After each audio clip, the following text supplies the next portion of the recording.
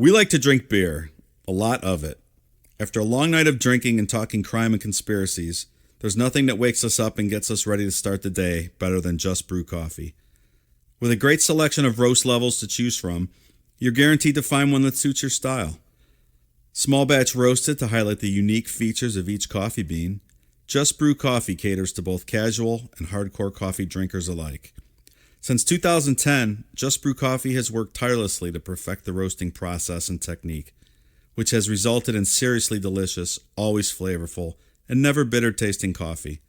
If you're already drinking JBC, raise your mug. If you're not, raise your standards. Check them out in social media and remember, they roast, you just brew. Check out their new online store at youjustbrew.com and up your coffee game today. Use code NECRO15 to receive 15% off your order of 2 pounds or more.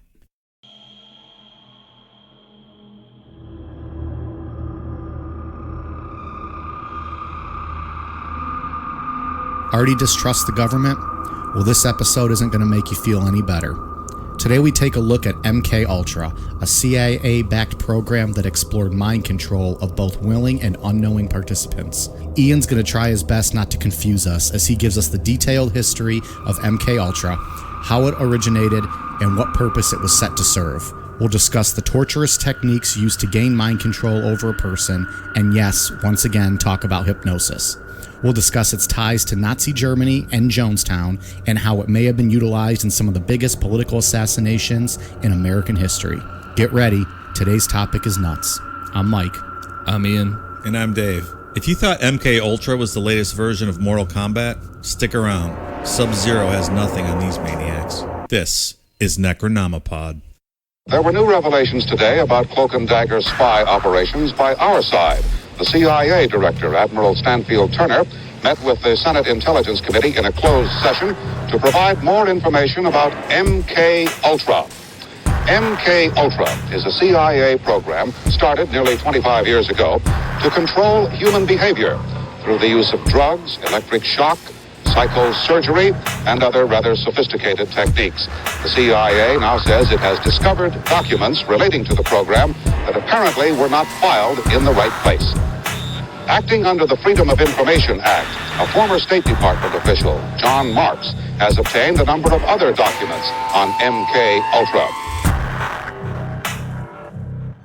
Dave, so I think you and I today are going to have to try really hard to not make this a Jonestown episode, or to keep it from becoming a Jonestown episode. You think it's going to lure him in? It might. He's ready to just go. Just a passing He's reference. Salivating at waiting for that one sentence to come up later in this episode. Jonestown. I think we should say, too, that usually I have a good 3 or 4 days to put together an outline, and now I've put together one in basically overnight. And you did really well. Very impressive. So I'm on like a whole different level with this stuff right now. And then that's probably a good thing, though, because with as many different topics as we're going to kind of slowly a little bit touch on here, that didn't give you as much time to dive into the rabbit holes of each one of these and then make this, a 5-part episode. You were able to kind of briefly get to the points you needed to get to and tell the story. Yep. Yeah, because this one could easily be multiple episodes. And this is the first of this kind that we've ever done, right? We've never done anything quite like this. Yeah, because anytime we've ever talked about the government, it's just been UFOs, Well, this is kind of an original idea. Yeah. Yeah. And it's always just been like, the government might have covered something up, whatever, Right. But this is 100% real. Yeah, and that's the other thing, too, just I guess to stress off the top, and we'll talk about it, but everything in here has been 100% proven, with the exception of possible assassinations and maybe the Jonestown link, correct? Everything else, like this MKUltra, has been proven as this was an actual thing. Yeah. This isn't a conspiracy theory. This is legit. Well, since there's a lot of hypnosis in this, are you saying that that's also been proven? That is not what I think that's what you just said. Not what I said. This program has proven to be true. So let's talk about MKUltra. All right, let's jump into it. Project MKUltra is more commonly known as the CIA mind control program. It was a program that lasted from 1953 and was disbanded in 1973, though people still think that they still do this stuff to this day. What's the MK? Is it mind control, but someone didn't know how to spell? No, goddamn, we're gonna have to take a Google break. I knew I should have fucking wrote Sorry. it down. Wow, we're one question in, Ian. Son of a bitch. Maybe MK stands for Mondays Kinda Suck to record Ultra. The MK means that it was sponsored by the CIA's technical services staff, and then the word Ultra was previously used to designate the most secret classification of World War II intelligence. Oh, so that's pretty specific. Yeah. CIA lingo. Yeah. Okay. Yeah, a lot of these are, like this one's specific, but the other ones we're going to get into are... Great names. Yeah, no rhyme or reason, really. So the project's goal was to develop drugs and procedures that could be used in interrogations and forced confessions through mind control, basically just for political purposes, with the Cold War going on and things like that. The CIA used multiple forms of torture, mainly the drug LSD, to achieve this mind control, and we'll get into the methods later. The project also aimed to create an assassin or someone that would be able to carry out other tasks asked of them by the government, and they would not remember that they did it. They would have no knowledge of what was asked. This is some dark shit. Yeah. So to fully understand Project MKUltra, we have to cover a couple other projects that led to it. Operation Paperclip, Project Bluebird, which was quickly renamed Project Artichoke. It's the best one. Yeah, and Project Midnight Climax. Now, if you look into any of this stuff, Project Monarch pops up a lot as something, but it's not, there's no documentation to prove that Monarch even existed, so we're not even going to talk about that at all. We're just going to touch on the stuff that's Proven, yeah, that there's documentation on. And side note about Artichoke, the thought or the rumor is that it's just a joke because this stuff would make people into vegetables sometimes. Ouch. Yeah. that's what the total disregard for humanity. Yeah. So with Operation Paperclip, we talked about it briefly with Roswell because that's what a lot of people believed what crashed in Roswell was something that was stemmed from Paperclip. Operation Paperclip was a secret program that was started in 1945 and carried out by the Joint Intelligence Objective Agency, where after World War II, we brought over a little over 1,600 Nazi scientists, engineers, technicians to help expand our space program. Also, side note, the Roswell episode is still available. Go back and listen to it if you haven't checked it out. Great episode. Yeah. It was a fun episode, yeah. Does that episode need downloads, Mike? Every episode needs downloads, of course. But, spoiler alert, we convinced Ian that it was, in fact, a weather balloon. No. It was something from Project Paperclip. So, download that episode, check it out, and you can come up with your own theory. Let us know what you think.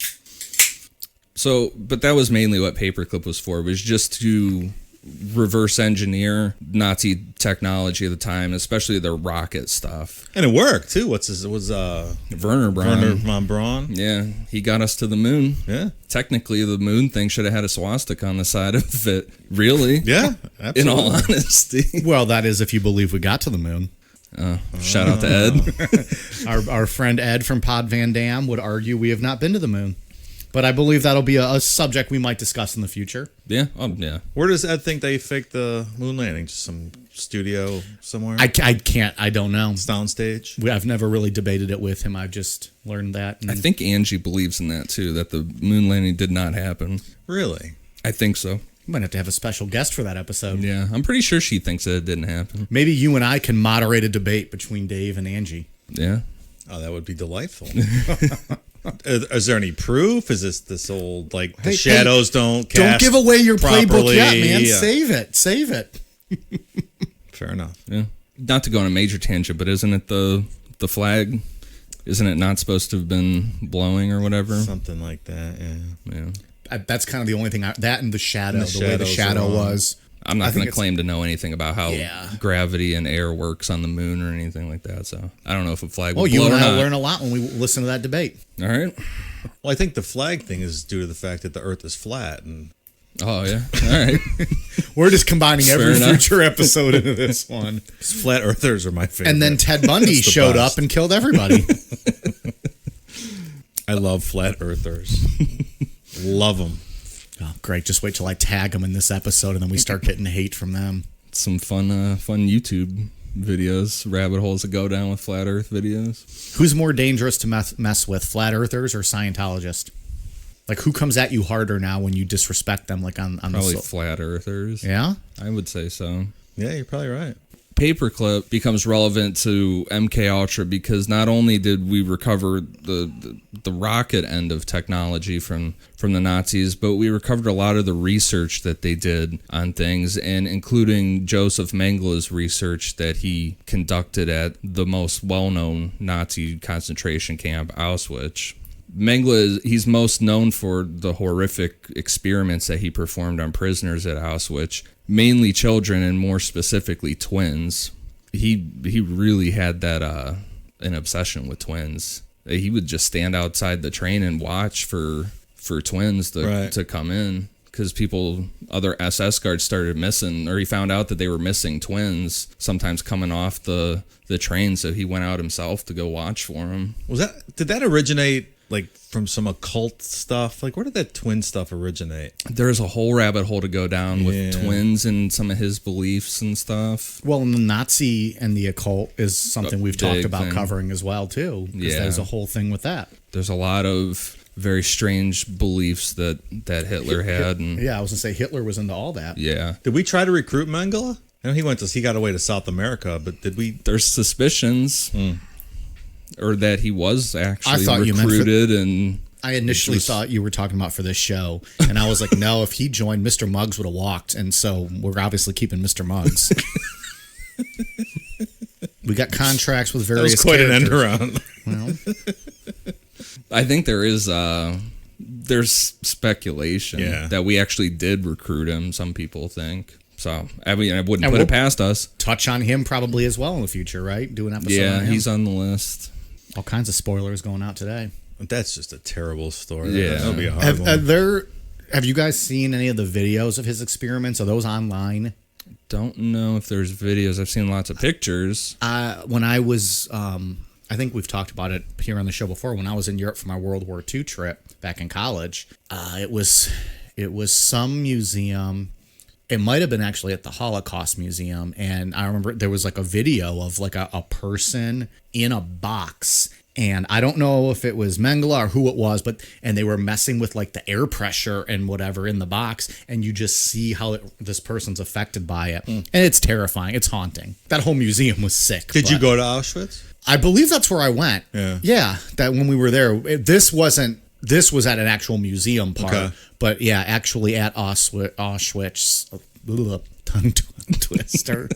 But when we were actually there, the museum's the place that had the video. The concentration camp was just its own other disgusting day. Yeah. And that air pressure stuff is something we're going to talk about here because, we're going to get to all that stuff. I won't look up. I don't want to find the video. I just didn't know if people had seen it. I've never seen the videos. Pictures. Yeah, I wouldn't recommend watching any of it. Yeah. So like we were just talking about, he used extreme forms of torture, hypnosis, mind-altering drugs, and then sexual abuse is another big one that kind of lingers throughout this whole story. But it would make these people programmable, and this is a quote by him, to fulfill their destiny as chosen ones or chosen generations. Whatever that means. Right. The belief that he had was that someone subjected to high forms of trauma would disassociate from their original identity into multiple personalities of sorts. So theoretically, when someone goes through these high levels of torture mixed with drugs or hypnosis, they would unconsciously create a separate identity to deal with the pain, blocking the original identity from remembering the pain and torture, and they would be able to function in everyday life without knowing what was done to them. So, and we're not talking just, I don't know what you would call standard torture, but it's like freezing someone till they're almost dead and then heating them back up drastically. Completely breaking them. Yeah. Or actually drowning someone and then resuscitating them back to life, doing this over and over again. Did you guys see The Bourne Identity? I have not, no. Kind of what they did to create the Jason Bourne's assassin character, similar to this. Really? I think it was based on this, a lot of the premise for the movie. Isn't that what they did to create Deadpool? Or Wolverine? Which one of those? Or is that like Yeah, a mix-up yeah. between the two? Where they put the adamantium That I in them don't in the military installation. Yeah. Also, I had to look it up because it didn't seem right. Dachau is where I went. Concentration camp. That's where I was. Much easier to say as well. With this whole theory that Mengele had, he also aimed to be able to train these alter egos that a subject would develop. So, for example, when a person reached a state of creating a new identity to deal with the pain, they would then be hammered with the same word or phrase over and over again. And then when this person came out of a torture session with no memory and heard the code later on, it would snap them back into that split personality or the alternate personality, allowing that person to carry out tasks without the original, their main identity, knowing anything. So you have a person's alter ego available at will that you can bring them in and out of to carry out whatever you want them to do. And they won't have any memory of it. Yeah, recollection. Right. By just hearing this word or this phrase or a sound, even like whatever they hammer into you. Is this based on any scientific evidence? I wonder. Yeah, I don't know if it's just based on a fucking nutcase, just having free will to do whatever he wanted to do and just came up with this idea. Yeah. I don't know. It's a pretty wild thing to even think of. Yeah, it's coming crazy up how with. you would get to that idea. Paperclip, we grabbed all that information, and with this knowledge, the CIA formed Project Bluebird in 1950, but it was quickly renamed to Project Artichoke in 1951. It literally picked up where Joseph Mengele left off. It mainly used hypnosis, forced morphine addiction, followed by forced withdrawals, and the torture techniques to find out if, and this is a quote, "Can we get control of an individual to the point where he will do our bidding against his will and even against the laws of nature, such as self-preservation?"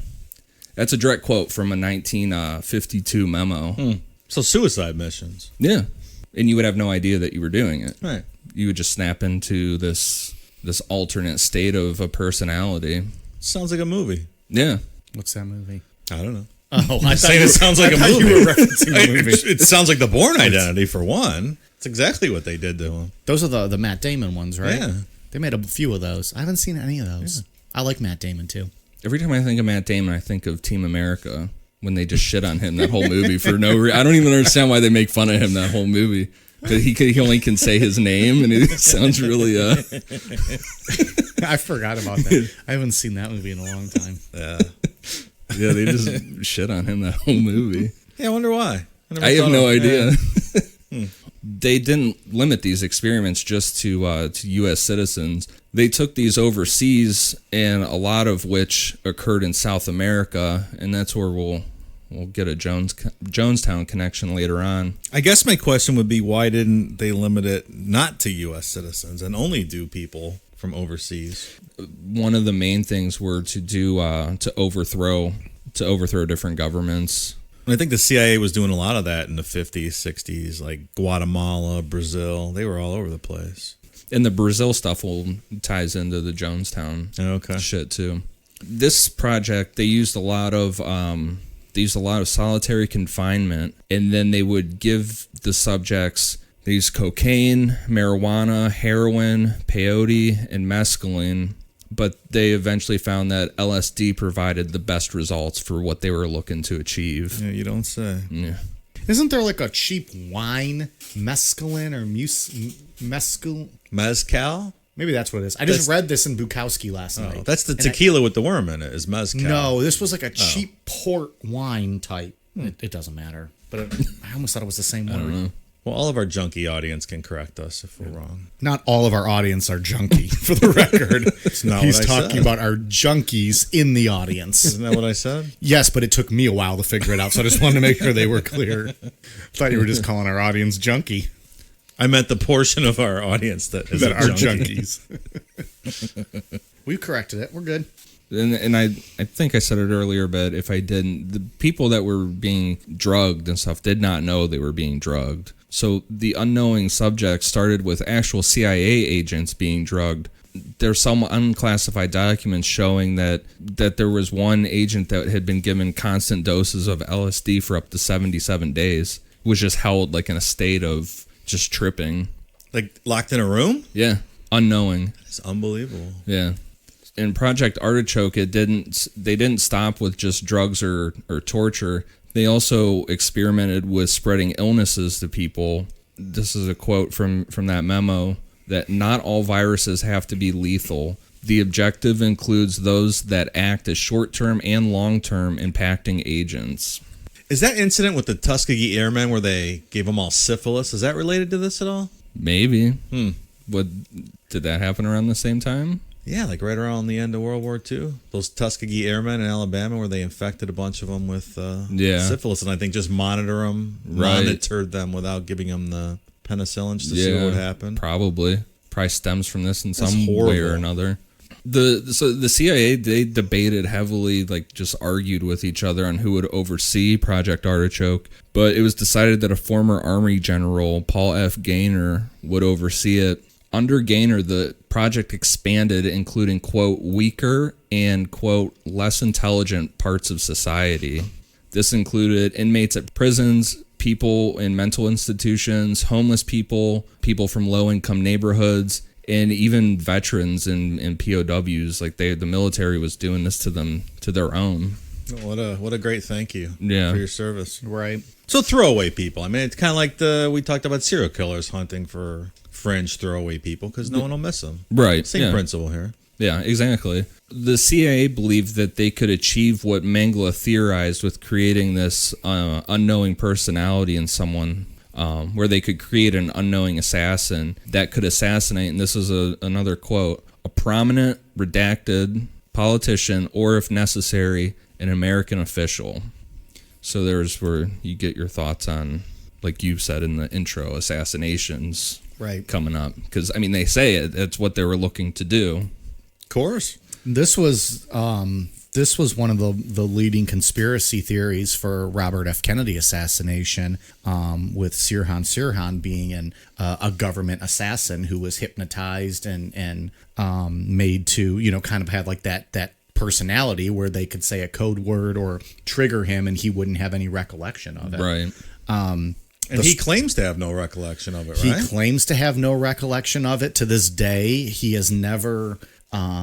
He has no remembrance of shooting Bobby Kennedy or what happened, just kind of the hours leading up to it, and then the immediate aftermath when he's being tackled to the ground. And in every interview he's given since, it's been nothing. He's always been calm and collected, and almost appeared confused as to why he would do something like that.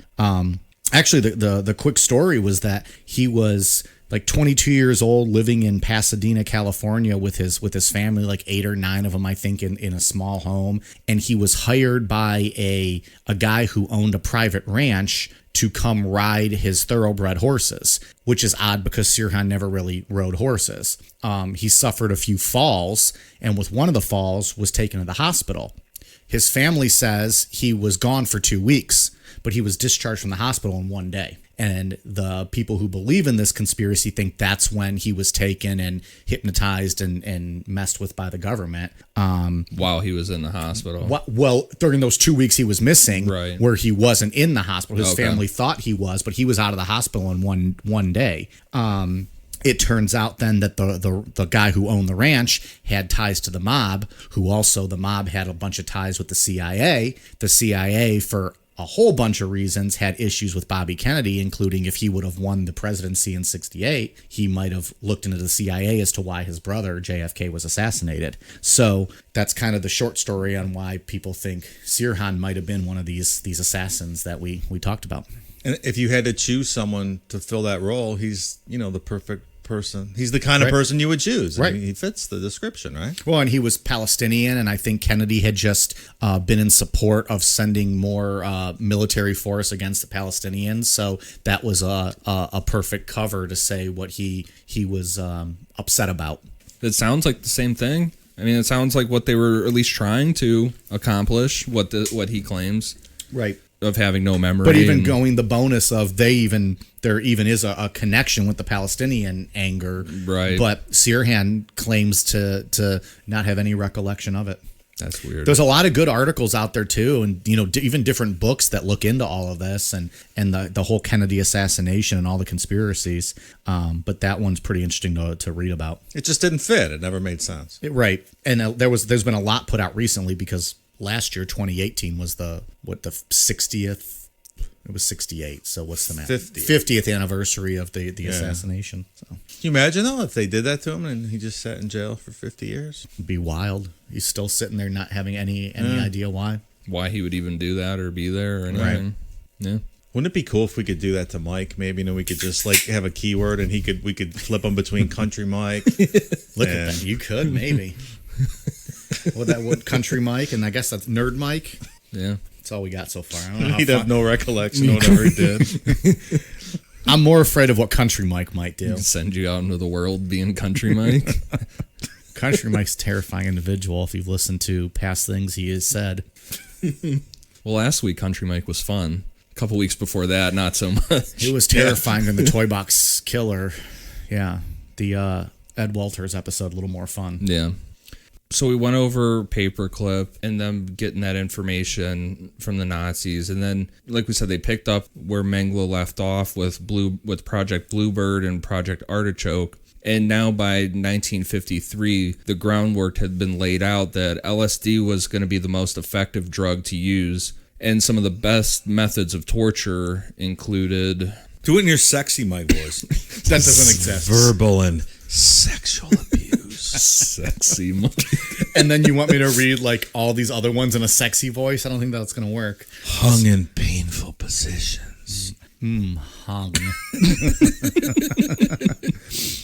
Verbal and sexual abuse, confinement in boxes, cages, or burial in coffins with an air tube for oxygen, exposure to extreme heat or cold, spinning, blinding light, electric shock, hung in painful positions, hunger or thirst, sleep deprivation, compressions with weights or air pressure, application of snakes, spiders, maggots, or rats, near-death experiences like drowning with immediate resuscitation, forced to be the one to perform verbal, physical, or sexual abuse on other subjects, play the same word or phrase over and over again to the subject, make subject believe that the person administering the torture was in fact God.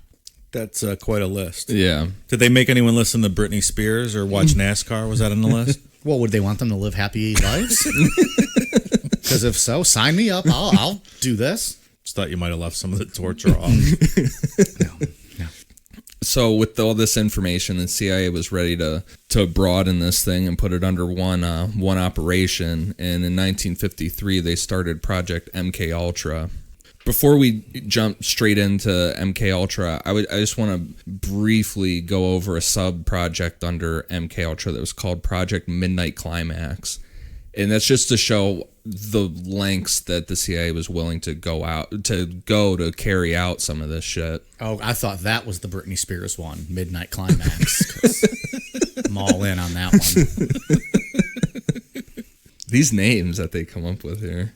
I just want to be the guy working for the government who comes up with the names of these projects. Right. I'd love to do that. That'd be so much fun. Did we talk about why it's named Artichoke? I think I said in the beginning, but it was the rumor is that it was a joke because some of these things would turn people into vegetables. That's terrible. See, I wouldn't even want to know what the project is. They're just like, oh, we have a new project. And I'm like, Project Latex. Project... Purple Eggplant. There you go. See how much fun this is? Mm-hmm. For 8 hours a day, you get paid government money to do this? Bluebird, I have no idea. And then Paperclip was because they were like paper clipping the new information to existing information. Interesting. Yeah. Really well thought out on that one. So Midnight Climax consisted of multiple CIA-ran safe houses in San Francisco, Marin, and New York City. Prostitutes were brought in and put on CIA payroll to lure men back to these safe houses for sex, where they would unknowingly be drugged with LSD and then monitored behind one-way glass in the room. It looked like a mirror. It looked to them like a mirror, but it was one-way glass, and there would be CIA agents sitting on the other side monitoring them. So free acid, and they let you bang hookers. Yeah, and you don't know that but you don't know. You just get dosed and. then they start doing all this fucked up, just these men. I don't know if it got as intense as some of this stuff, but it's still, this manipulation shit.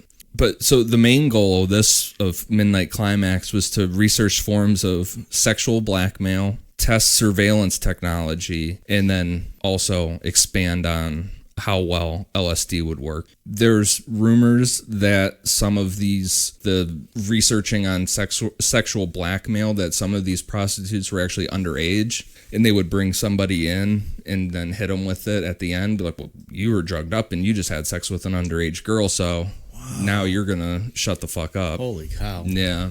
To your own citizens. Yep.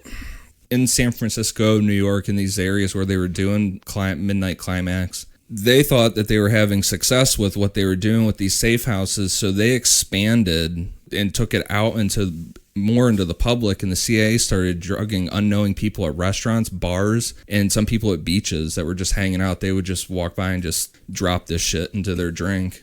And you would just start tripping. Imagine? Yeah. Holy shit. Really scary and fucked up. Yeah. And millions of dollars was spent on this. How high up do you think this goes? You think the president knows this is going on? I don't.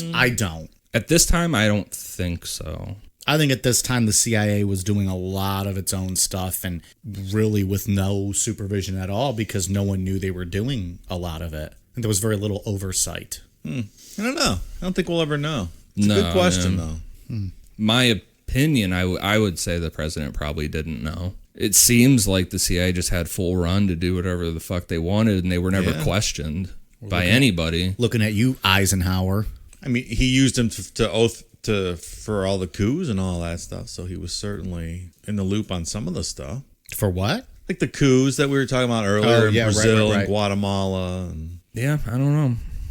We'll see later that President Ford at least acted like he didn't know any of this shit or wasn't briefed on any of it. Yeah. So, I don't know. I'm sure that they want plausible deniability for the president, so probably. He probably did not know. Or a good portion I more of think of it as the CIA doesn't want the president knowing because they don't want it shut down. Like they want to just do their own thing and not have anybody else tell them that it's not morally right or they don't want it on their hands, Yeah.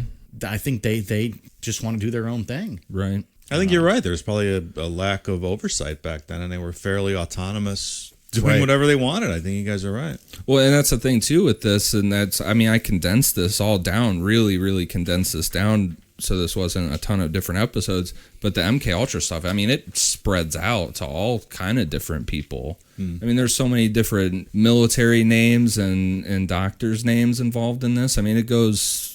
You could sit here and write about it forever. To further this program, the CIA set up front organizations in 80 different colleges, hospitals, prisons, and pharmaceutical companies.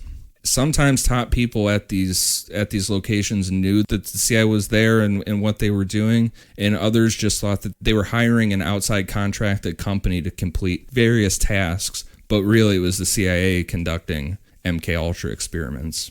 Some of them would be like at a university. They'd be like, oh, well, we want to do a study on something, like an outside thing, and then get permission and then just bring people in and just completely wreck people doing this shit. I don't even know what to say about that. Yeah. Some notable examples of locations where it's confirmed that MKUltra tests were done at were Cornell, Duke, Princeton, UCLA, University of Rochester, MIT, Georgetown University Hospital, St. Elizabeth's Hospital in Washington, D.C., Stanford Research Institute, and General Electric. Those are pretty big institutions. Yeah, for them to infiltrate. Yeah, that's a lot of collusion. Yeah. Cornell, ever heard of it? So how do we know this? Who confirmed all this later on? Documentation. Yeah. And we'll get into what happened, but yeah, some of the documentation. There are a ton of MKUltra survivors and deaths that we can go into, but for the sake of keeping this one episode, we'll just hit the most notable one and the only admitted death by the government by a guy named Frank Olson. As always, there's a really good Mysteries at the Museum episode on this incident. Oh, is there? Yeah. There's an awesome good. Netflix mini documentary is series. there? I think it's called Wormwood, I believe. That sounds familiar. Yeah. It's a mini series on his story. Huh. It's pretty good. Cool. Yeah. I think it's a Netflix original, I believe. Frank Olson was a scientist who had a PhD in bacteriology that he achieved in 1938. Frank was recruited into the U.S. Army Biological Warfare Laboratories. His work included experiments with airborne anthrax and how to make it into a weapon, which is scary as fuck. Oh, God, yeah. After 10 years working under this program, he became the senior bacteriologist and basically oversaw everything that was going on with this program. At some point during his time with this program, Frank was brought into the CIA's technical services staff. TSS was ran by a man named Cindy Gottlieb, who was heavily involved in Project Artichoke and then rolled over into MKUltra. It's worth noting that the whole time that this has been going on with the CIA, they were experimenting with the LSD itself, trying to figure out the right concoction that worked the best. So this was like heavy duty LSD that would just like fucking knock you out. And when you say they were testing out like different dosages, different delivery methods, things like that, like manipulating the drug itself. Okay. Like trying to make it more potent. Okay. So on November 18th, 1953, and this was at the beginning of MKUltra, Frank Olson went to a work-related retreat at Deer Creek Lake in Maryland. Frank and some of his coworkers were met with Sidney Gottlieb, his deputy, Robert Lashbrook, and a few others from the CIA. The first day was just business as usual, typical. They just had dinner, hung out, and discussed work-related stuff. But on the second day, Gottlieb spiked a bottle of triple sec with this beefed up LSD and made a drink for Frank Olson. Oh boy. So this guy seems like he'd be a valuable asset, and we kind of seem like we're veering off this, fringe people being targeted. Yeah, they sacrificed them. Well, I'm sure that.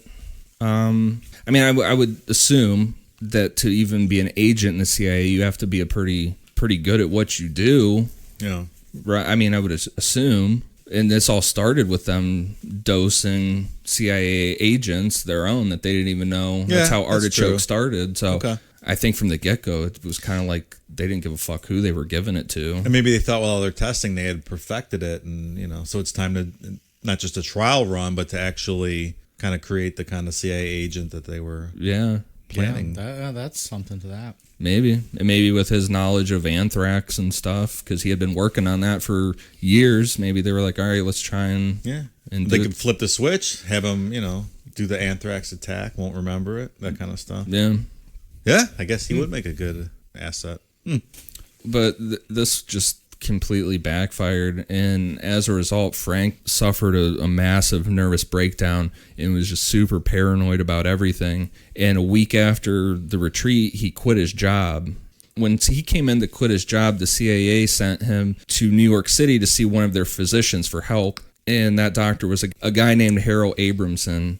So no surprise, Abramson was also helping conduct MKUltra experiments. He wasn't even really a normal doctor. His credentials said that he was a pediatrician and something else that had to do with like botany. It had nothing to do with somebody that would be qualified to see him for a mental breakdown. Abramson recommended that Frank be admitted to a mental institution for recovery. After seeing this doctor, Frank went back to the hotel, and on his last night in New York City, according to the police report, he committed suicide by jumping out the 10th floor window of his hotel room at the Hotel Statler, which, interestingly or conveniently, however you want to say it, he was sharing the room there with Cindy Gottlieb's deputy, Robert Lashbrook. So it's quite possible he was pushed off. It's what it looks like. It's not out of the realm of possibility. Yeah. Well, and then things that have come out later, and I don't want to spoil the Netflix thing or for anybody that wants to watch it or anything. There's things that have come out later that allude to it. There's kind of impossible for him to have jumped out the way that it said it happened. Yeah. Kind of seemed like it was a guy that was not thrilled with what happened to him and knew about it and quit and was trying to get away, and they're like, yeah, we're not going to have that. Yeah. Fast forward to 1973, due to panic caused by Watergate. I don't know, do either of you guys want to describe Watergate Is it worth doing for younger listeners? Go ahead. 5 burglars broke into the DNC headquarters in Washington, D.C. at the Watergate Hotel to try to get dirt on the Democratic Party in the election year, or leading up to the election. And there was a big cover-up, and Nixon ended up resigning. So, incidentally, fun fact on that, Nixon was quite a popular president before that and won the 72 election in a huge landslide. So none of it was even necessary. Was so paranoid with wanting to win Right. re-election that he allowed these crimes to be committed. Yeah, I didn't know if that was worth for the younger listeners out there. Sure. Yeah, that's the short version. I love my presidential history. I know, you do. That's why the JFK episode will be led by you. Ooh, I don't know if I know my JFK assassinations, but all right. Oh. I'll dive into that. So due to panic that caused by Watergate and investigations into that, CIA Director Richard Helms ordered all of the MKUltra files to be destroyed, thus making it impossible to ever launch an investigation into what they were doing. In December of 1974, the New York Times ran a report with claims of the CIA's mind control experiments. This caused congressional investigations to begin in the form of the Church Committee and the Rockefeller Commission. Why was it called the Church Committee? Was that someone's It's name? the guy's last name. Usually with Right, those yeah. committees and commissions, I feel like it's always someone's name. They don't have a department like us to come up with names for their committees. It'd be cool if they did. The bar stool committee. The Clorox wipes committee. They're sitting behind Ian. That's what I saw. In the summer of 1975, the Church Committee and the Rockefeller Commission revealed to the public that the CIA and the Department of Defense had conducted these experiments on both willing and unwilling U.S. citizens. They also acknowledged that they had proof of one death that resulted from MKUltra, which was Frank Olson. And like we were saying before, you can bounce back and forth. You can speculate if he was actually pushed out the window or committed suicide himself. But the fact is that he had a nervous breakdown from the shit that they did to him. Right, either way. Yeah. So Frank's family filed a wrongful death suit against the CIA, which they settled out of court for $1.2 million, and it was later reduced to $700,000, and the family accepted the $700,000.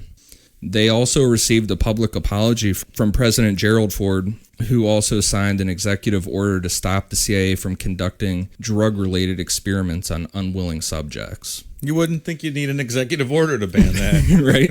But, yeah. It also was for drug-related experiments. To unwilling people. So you can still do it to willing people. But it still didn't touch any of the torturing experiments. No. Or it was a any really of the half-assed hypnosis experiments. Yeah, if you read the exact quote from him, it's pretty half-assed. The wording of the executive order? Yeah. President Ford? Yeah. It's not very Well, he probably had some schmuck intern writing it anyways. What'd they know? it's kind of more of a let's make the Olson family happy. We won't Right, ever let's just make it a political thing. Yeah. But that's interesting, though. As the president, what knowledge was he privy to then that stopped him at only doing it half-assed? I mean, maybe why not? If you were really against it, why not just go all in and say, no, none of this is going to happen? Maybe they Something to think showed about. him some form of proof that it was what they were doing was working on some form. Maybe they had video of President Ford doing LSD and banging hookers. Maybe they got him with Midnight Maybe so. Climax. Exactly. That's what his goal was, to do See? shit like that. Dave, you're just ragging on him because he played football for Michigan. So in 1977, it was revealed by Stansfield Turner, who was then the director of the CIA, that 20,000 MKUltra related documents survived that 1973 purge because they were filed incorrectly. The Senate Select Committee on Intelligence pulled these remaining files from filing a Freedom of Information Act, but it was a big fight between them and the CIA. The CIA did not want to give these up. Oh, I bet. So it's from those 20,000 documents is where they know what institutes that they were working in, because those were mainly financial documents that had like a paper trail of them going to Duke and Cornell and stuff. But there was a big New York Times story too, right? Right, that was in 74 that kind of sparked this whole thing. Okay. That sparked everything getting investigated. I would imagine what was in all the shredded paperwork. Oh, that you'll yeah. never get to read. Yeah, but that's the thing is, 20,000 documents, that's like, you're talking about like a 20-year project here that, and 20,000 documents. 20,000 documents is maybe 6 months of that. If that. If that, yeah. Probably a week, in all honesty, for how big it was going across the whole world. Right, yeah, you're right. So the CIA, they insist that none of these experiments actually worked and held no significant scientific, value. Yeah, value. Except we kept doing it for 20 years. Yeah. It's a huge failure. Yeah, and they say that it's been shut down, but I mean, if it worked, they wouldn't tell you if it worked. Right. They wouldn't be like, "Oh yeah, we were able to create this unknowing assassin." And right. Notably, there's a Canadian investigative journalist named Elizabeth Nixon, and she's written extensively on MKUltra. And through her writings and her research, she believes that she has proof that it still exists to this day under a different name. And also there was a guy named Victor Marchetti who held several different positions at the CIA. And in 1992, after he resigned, he said that the CIA regularly conducts disinformation campaigns regarding MKUltra and that mind control experiments still continue. I don't doubt that for 1 second. I don't. Yeah. So no one was ever charged. No one ever went to prison. No one was ever held accountable for any of this. I still think there's probably not a lot of oversight with the CIA. When shit hit the fan, I know Cindy Gottlieb, he acted like he never even heard of MKUltra. I bet. He's like, I don't even know what you guys are talking about. MK what? What? Come again? Did anything ever happen to this Victor Marchetti guy? Not that I know of. I don't know. He didn't suddenly die or anything that I don't know would cause suspicion. I guess I could have looked into him more and see if he was if he disappeared off the face of the earth or what happened to him. But I mean, and we know from Edward Snowden, some of the stuff that he leaked, that there's a PowerPoint and some of his stuff that details how to conduct a disinformation campaign. Mm-hmm. I mean, they do it constantly. So, scary stuff here. Yeah.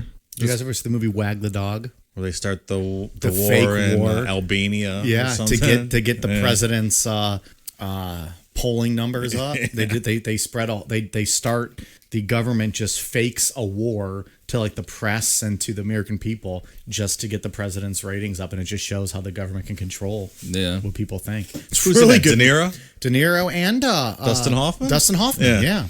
It's really, and Woody Harrelson plays the prisoner of the hero, who they just got, I think, out of a prison or something. He was just some not mentally stable man that they just got to play the hero. I remember it was good. I only saw it one time, but I really enjoyed it. It's scary how they can manipulate the people like that. And the disinformation stuff's big in the UFO things too. Richard Doty, the ex-agent, said, what did he say? 10%'s real, 80%'s not, and usually it's the craziest shit that's the real stuff, because then you wouldn't believe it. Right. I don't know how much truth there is to that, but he was an ex-disinformation agent. That's what he says. That's an interesting story. Yeah. We'll get into him one day too. All right, we're going to talk about some other things that will fit right into things we have talked about in the past and some upcoming topics, how they tie into MKUltra, right after this. Today's episode of Necronomipod is brought to you by Beardology. There are a lot of imitators out there, but there's only one place I buy my beard oil. Beardology beard oil nourishes your skin and won't leave you with that greasy feel. With over 17 cents available in their extensive product line, I trust my beard to Beardology. You can find Beardology at beardology.co. Use code NECRO15 to receive 15% off your purchase. Beardology. Discover the best way to avoid the shave.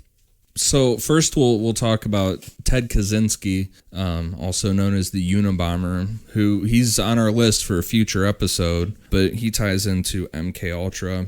There's not an official government document that says that he was a test subject of MKUltra, but it's widely accepted that he really was a subject of the program. As a sophomore at Harvard, Ted willingly participated in a psychological study that was proposed to him by a Harvard psychologist, Henry Murray.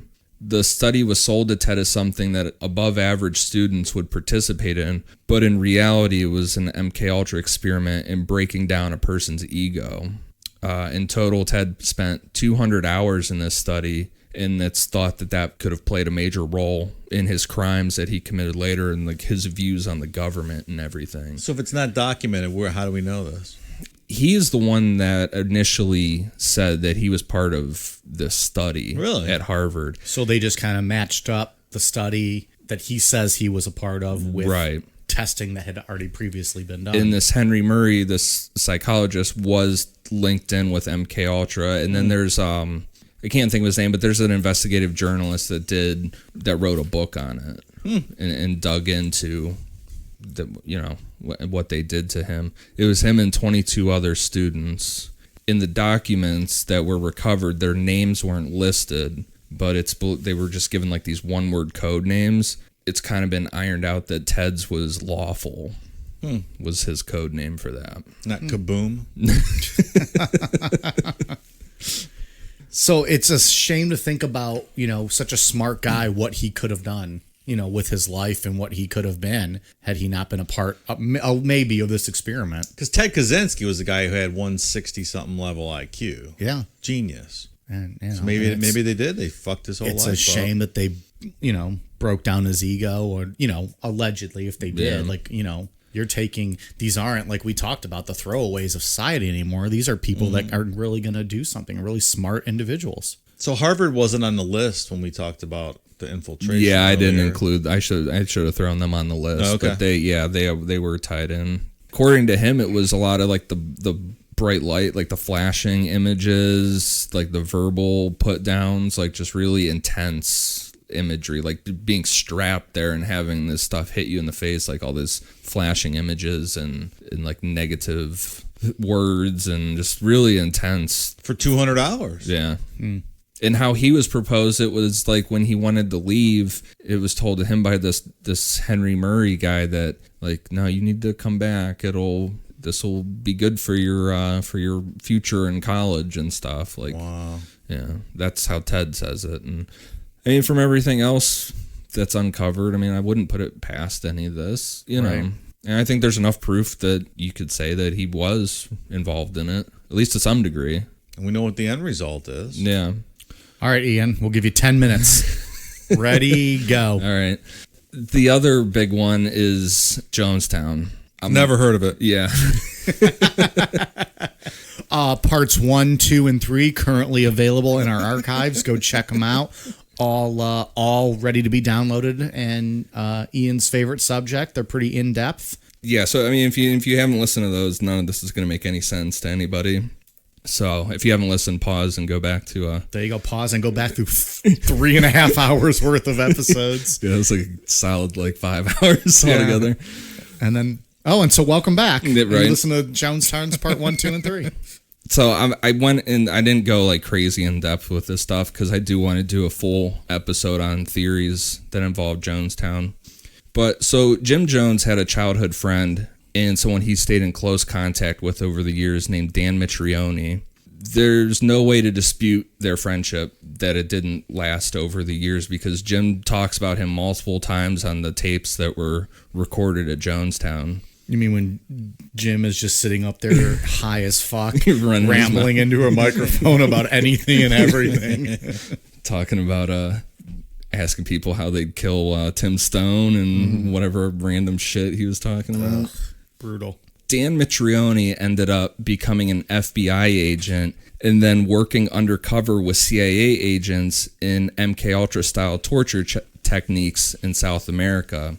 Mainly, he was teaching people how to use these techniques in the government coups. Well, this is an interesting link already. Yeah, so those two are friends. If we remember, I think it's part 1 of Jonestown. Jim just up and left the U.S. to head down to South America in 1960 looking for a place to escape nuclear war. That's where he said the woman wanted to pay him $5,000 to bang her, right? Yeah, I remember. That's right. And he did it for the sake of the cause. That's right. Right. And he donated it to an orphanage. So in Chicago, a passport was issued to Jim Jones on June 28th, 1960, but then there was another one issued to him in Indianapolis on January 20th, 1962. It's confirmed that Jim was in Guyana for the first time in 61, but he kind of goes dark for like 6 months, and no one knows what he was doing during that 6 months. But at the time of the second passport being filed in Indianapolis in 1962, the Brazilian federal police records show that Jim Jones and his family was arriving in Sao Paulo via airplane using the passport that was issued in 1960, and then made their way to Belo Horizonte. Jim's in two places at one time. Right. Who is the assassin that had that? Lee Harvey Oswald? Yes. There's for Kennedy? Yeah, then there's some connections of him being in two different places, like records of him being in two different places at two different times, I believe. I would have to look more into that. Like on the grassy knoll and in the book depository building?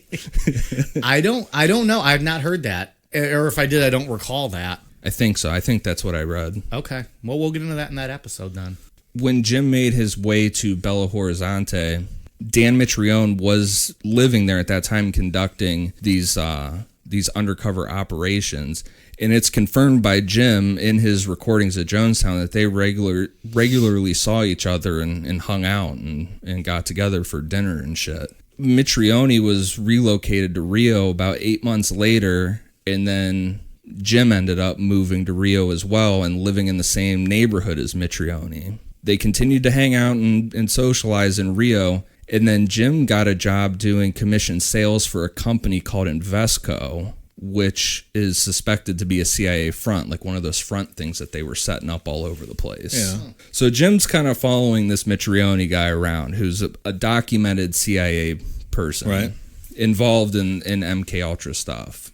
Going back to Jonestown, we talked about in part 3 all the tortures, the all his punishments, like the deprivation box, the beatings, the drugging people, where they would put them in the special care unit, where they would just drug you and you would be, that would be that. The thought is that Jim was either recruited by Dan Mitrione into the CIA during his time in Brazil to participate in MKUltra, or he was manipulated by Dan Mitrione and was a subject of MKUltra himself, and it was just a mass. But either way, he learned these techniques, quite possibly. 100%, because he went to Brazil, and before he went to Brazil, he was manipulative, but there wasn't anything crazy off the rails. When he came back, that's when shit got nuts. It's coincidental, if nothing else. And there's a lot more to it, but That's a teaser for another time. Yeah. But there's a lot to that. And then what's interesting too is that the CIA did open up a file. It's recorded that there was a file on Jim in 1960 that was opened, and then Dan Mitrione was killed. I can't remember exactly what year he was killed, but when he was killed, Jim's CIA file was purged completely. As soon as Mitrione died, his whole file was just wiped. Interesting. Very interesting. Very interesting, yeah. It's plausible. Yeah. Yep. Also interesting is that Jim was admitted to a mental institution for treatment. Can't remember the name of it. We'll get into it in a full episode. But they've never released a file on why he went there, what he was treated for, or anything. But that hospital has connections to MKUltra from the 20,000 documents. Right. All the survivors of Jonestown, when they were to be treated, they were flown right to that hospital to be treated. It's a lot of connections. Yeah, it's weird. And then the other connection to Jonestown is Leo Ryan. Leo Ryan was the congressman that went down there to investigate, and he was going hard on the CIA at this time to try and figure out what they were doing, and it was specifically with the 1977 MKUltra documents that were found that the CIA was not wanting to give up. Leo Ryan got involved with a former inmate of the Vacaville prison named Donald DeFries, who was a test subject of MKUltra. A month after Leo Ryan started his investigation into Donald DeFries, he was killed at Jonestown. So the thought was that getting rid of Leo Ryan would take some heat off of MKUltra, because he was the biggest advocate for just completely disbanding the overreach that the CIA had. And there's more that goes into it, because there's a guy named Richard Dwyer that escorted Leo Ryan there as a U.S. consulate, and then it came out years later that he was actually a CIA agent. And I'm not saying anymore because I'll just go off on a tangent, but it's a very there's a lot of coincidences with Jonestown with the CIA. I see. So other than this MKUltra one with Jonestown, there's a whole bunch of other theories out there. Yeah. So that's gonna be a thick episode. Yeah. Jonestown Part 4. Yeah. That's what I was telling Dave when the hidden tapes. Last night because I was sitting by myself doing this, and I was getting to that point where I just needed to like say what I'm thinking out loud, and I tried to talk to Angie. She didn't give a fuck about what I was saying at all. She was laying in bed, and I'm like, the CIA knew everything. Fuck off. So yeah, but I mean, and there's other ones. There's the guy from the Grateful Dead. He was a willing participant in MKUltra. Really? Mm-hmm. Jerry Garcia? Yeah. Huh. Yeah. Dude, I love that ice cream. Oh. Yeah, there's interviews. Cherry Garcia, isn't that what it is? Yeah, there's interviews with him talking about it. He was like, I was just trying to figure out why the hell the government was paying me to take LSD. He said, this is too good to be true. Yeah. And then the guy that wrote the Bird Who Flew Over the Cuckoo's Nest. Is that the right book? Yeah, is that the right title? One Flew Over the Nest. Yeah, he was a willing subject of MKUltra too. Yep. So shit. Yeah. And the parts, or the info that you do know is probably 2, 3, 4, 5% of the whole story. Yeah, 20,000 documents, and then everything else is just what has been uncovered from investigating things. But yeah, it's a crazy story. Yeah, it's out there. It's scary what the government's willing to do to people. Yeah, especially your own citizens. But I guess to have credible assassins seems like the end goal. You'd have to use your own people.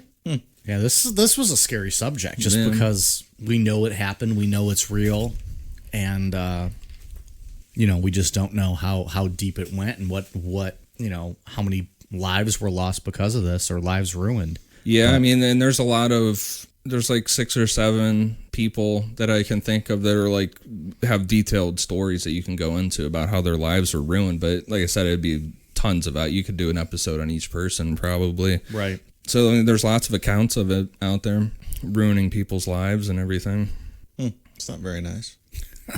Nope, not at all. Nope. So Ian, anything else to close in on MKUltra, Jonestown? Anything else you want to get out there? No, nothing else. Hopefully we laid this out in a not so confusing way. You made it make sense with all the tie-ins. Our listeners are very bright individuals. I'm sure they can follow along. They're going to dig this. Dave, you got anything else to add to this one? No, crazy story. All right. Shout outs? Just have one iTunes shout out for Liz Mack. Thank you for the awesome review. I know she's always commenting on Instagram stuff. So Instagram fan of us. It kind of sounds like she made an iTunes account just to leave a review. So and she's going through a tough time now with the Capitals getting eliminated from the Stanley Cup playoffs. So still nice of her to shout us out like that. So we feel your pain. All right, Twitter, Instagram, Facebook, YouTube. We are at Necronomipod.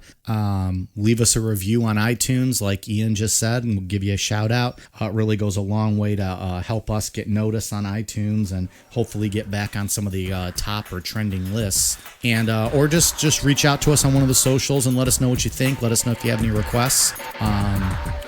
We always keep a running list of upcoming topics, so hit us up. We'd love to hear from you guys.